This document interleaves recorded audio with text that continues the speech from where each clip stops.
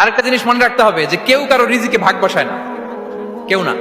আমরা অনেকে মনে করি যে আমি ওকে দিলাম, ওকে খাওয়াইলাম, আমি বোধহয় খাওয়াইলাম। না, সে আপনারটা খায় নাই, সে তার রিজিকই খেয়েছে। আমাদের ঘরে আমাদের বন্ধু বান্ধব আসে অনেক সময়, আমাদের ঘরে অনেক সময় অতিথি আসে, তাদেরকে আমরা আপ্যায়ন করি, তাদেরকে খাওয়াই। আসলে সে আমারটা খায় না, সে কারটা খায়? তার নিজেরটাই খায়। বিষ্ণু ইসলাম এটা খুব সুন্দর করে বলেছেন। ওনার কাজিন চাচাতো ভাই আব্দুল্লাহ ইবনে আব্বাসকে একদিন অনেক নাসিহা করছিলেন। করতে করতে এক পর্যায়ে তিনি বললেন, ওয়া আলাম, ইবনে আব্বাসকে বলছেন, ওয়া আলাম আন্না মা আসাবাকা লাম ইয়াকুন লিইখতিআক ওয়া মা আখতাআকা লাম ইয়াকুন লিইউসিবাক।